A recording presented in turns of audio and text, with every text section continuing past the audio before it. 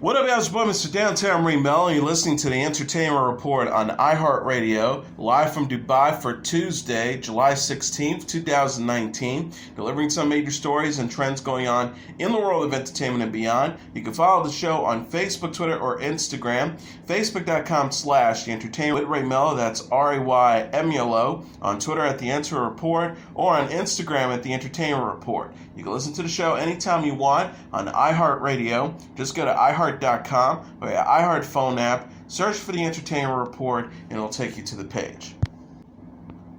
Austin Butler has been selected to portray Elvis Presley in a biopic from filmmaker Baz Luhrmann.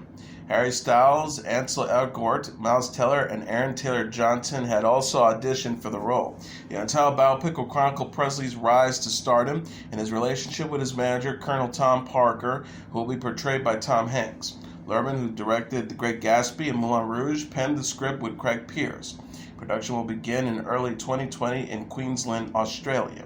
Luhrmann said in a statement, "I knew I couldn't make this film if the casting wasn't absolutely right, and we searched thoroughly for an actor with the ability to evoke the singular natural movement and vocal qualities of this peerless star, but also the inner vulnerability of the artist."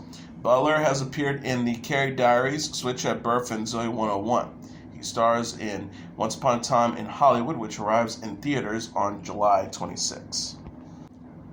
Margot Robbie had both sad and happy moments playing Sharon Tate in the new film Once Upon a Time in Hollywood.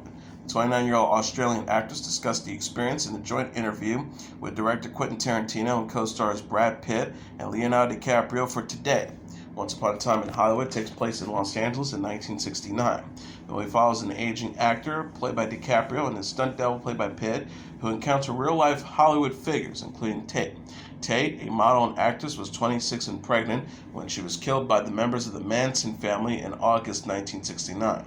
Robbie says, "Whenever I hear her name, I really only think about her death. I was never really exposed to the parts of her life when she was alive." Tate's sister Deborah Tate gave her blessings to the film and provided jewelry of Tate's for Robbie to wear. She says it was kind of sometimes very sad to be that closely connected with real life Sharon.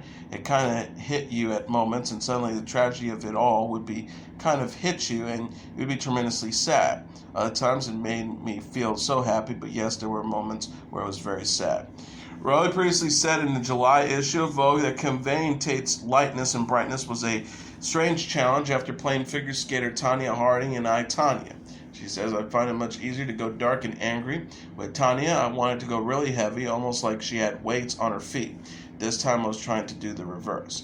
Once Upon a Time in Hollywood opens in theaters July 26.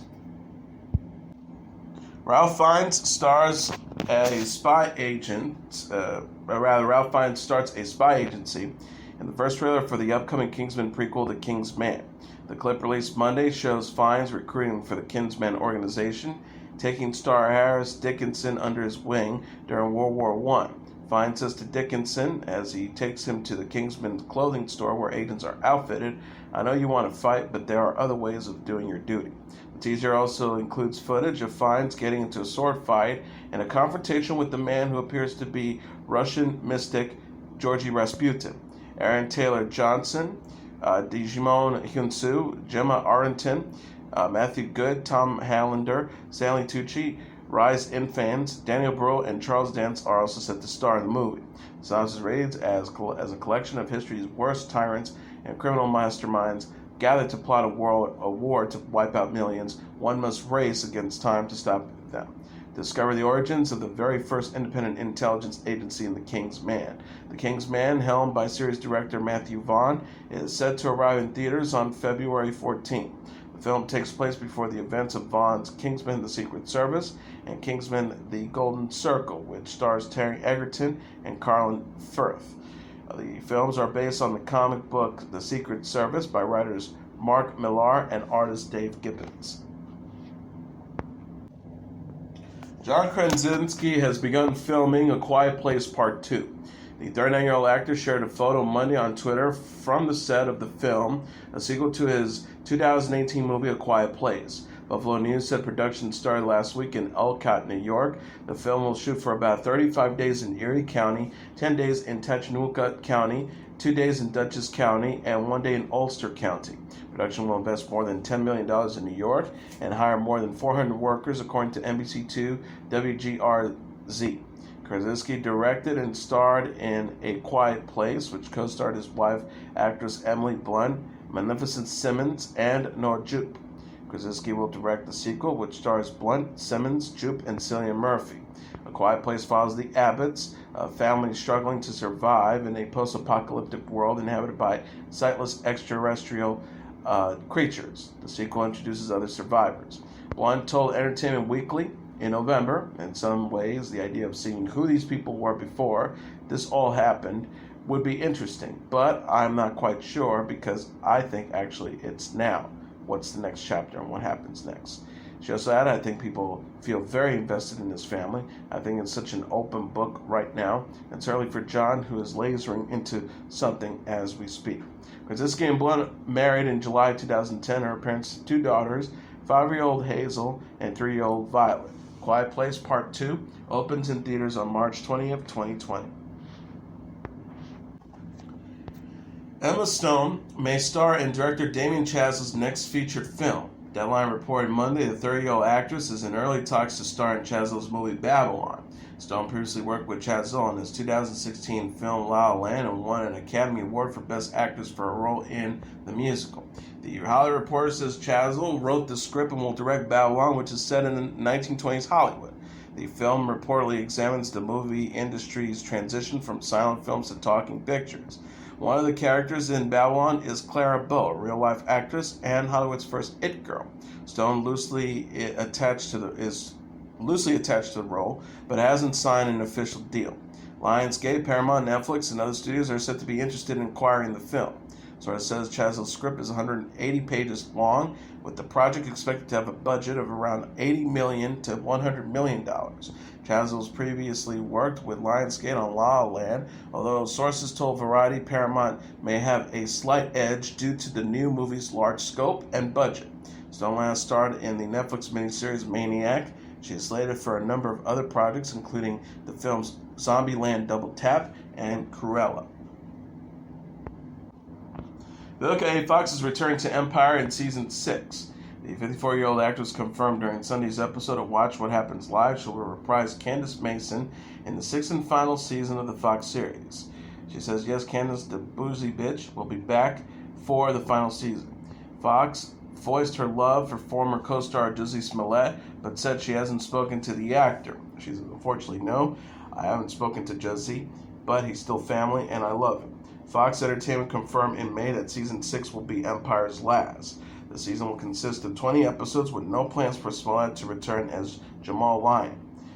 Empire co-creator Lee Daniels reiterated in June, Jussie will not be returning to Empire. Smollett was accused in February of staging a hate crime against assault on himself. Prosecutors ultimately dropped the case, although the case could be reopened in light of a new body cam footage.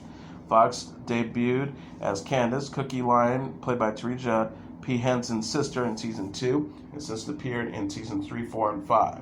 Empire stars Henson, Terrence Howard, Brashear Y. Gray, and Ty Briers, and will premiere its final season on September 24th.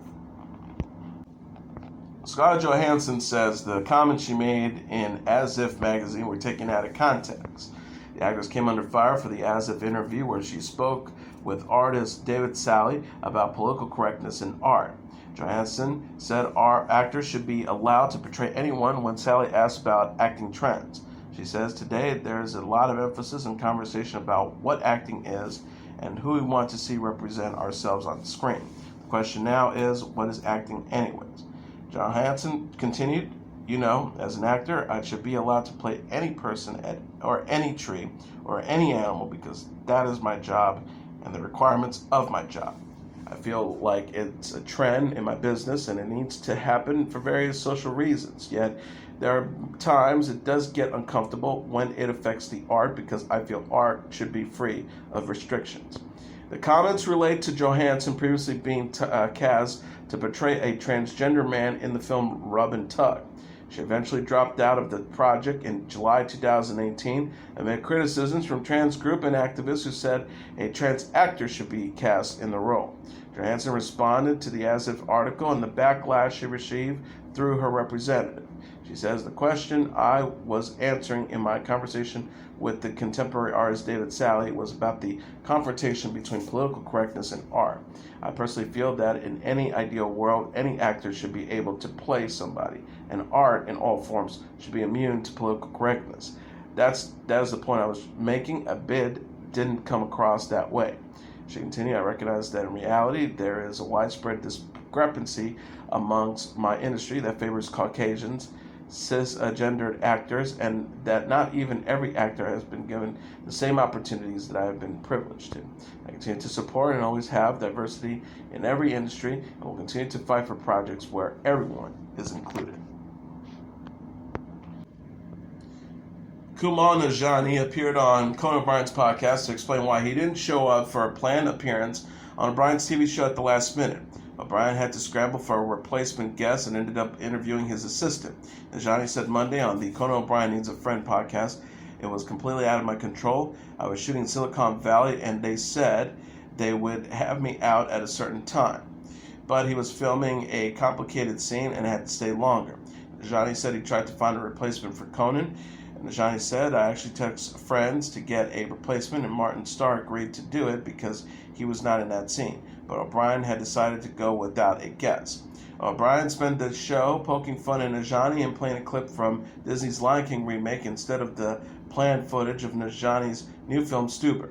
He also spoke with audience members. "In the end, the show turned out well and fans liked it," O'Brien said.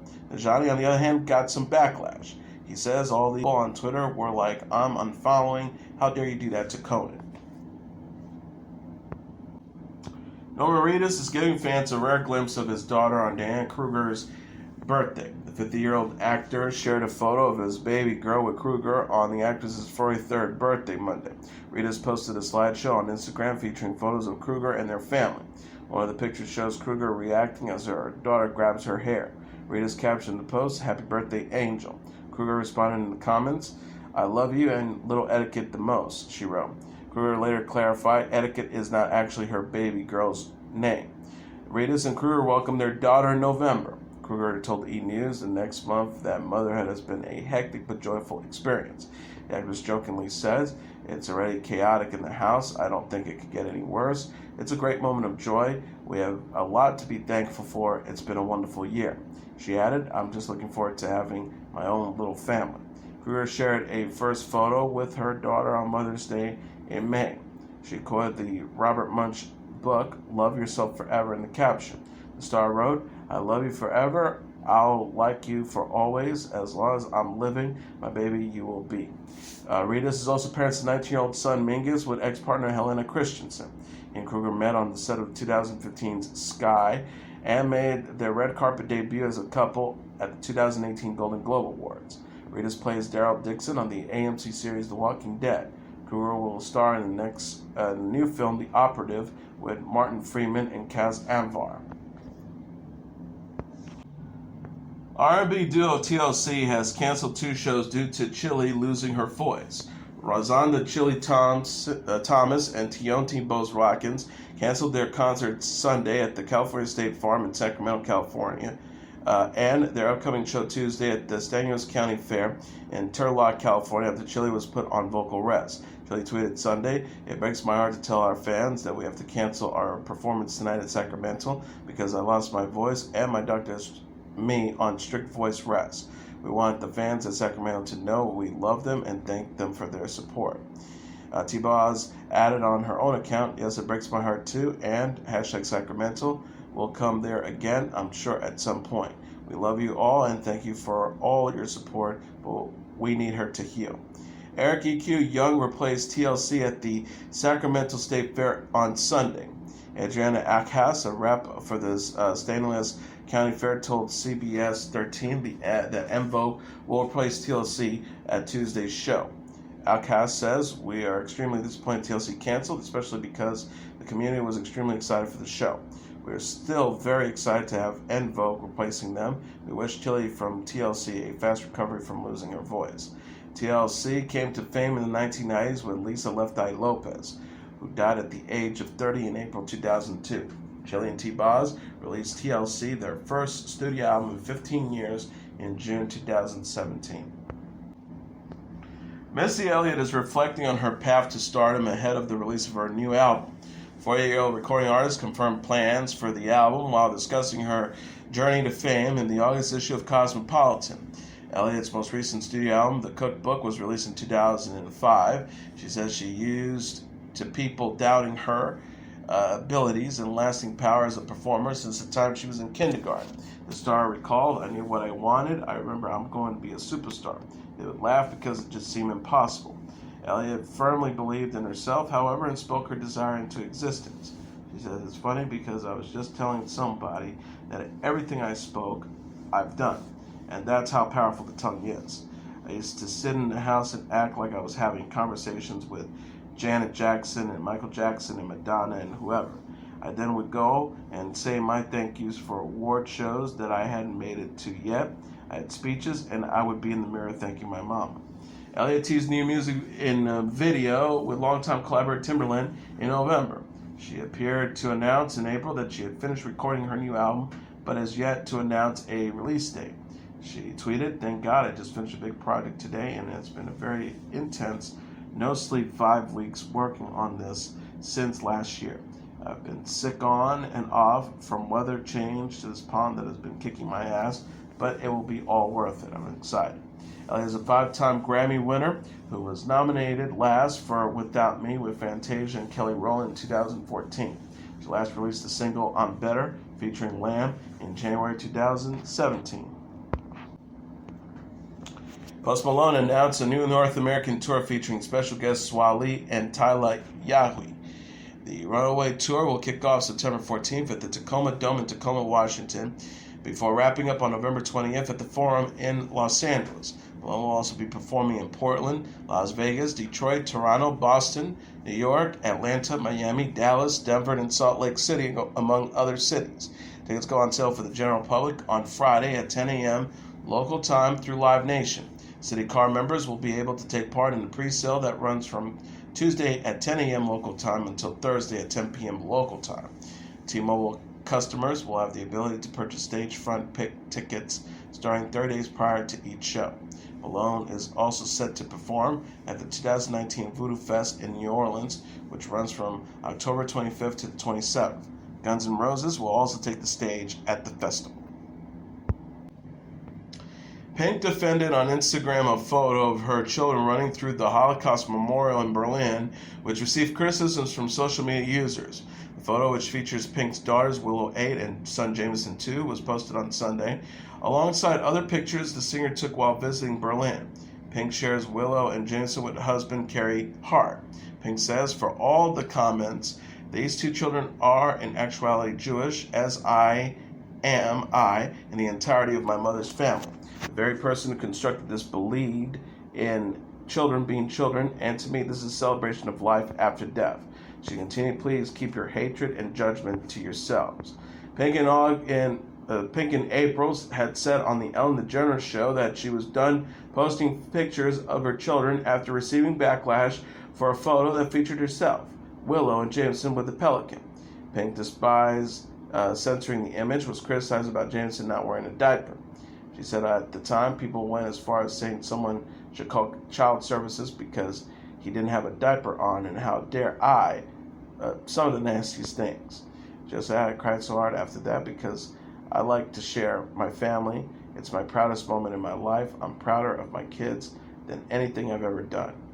And that is your entertainment report for Tuesday, July 16th, 2019. I'm your host, Mr. Downtown Ray Melo. I'll be back tomorrow to deliver some major stories and trends going on in the world of entertainment and beyond. You can follow the show on Facebook, Twitter, or Instagram. Facebook.com/The Entertainment Report with Ray Melo. That's RAYMELO. On Twitter at The Enter Report, or on Instagram at The Entertainment Report. You can listen to this episode or any previous episodes of The Entertainment Report anytime you want on iHeartRadio. Just go to iHeart.com or your iHeart phone app, search for The Entertainment Report, and it'll take you to the page. Good night, and God bless you all.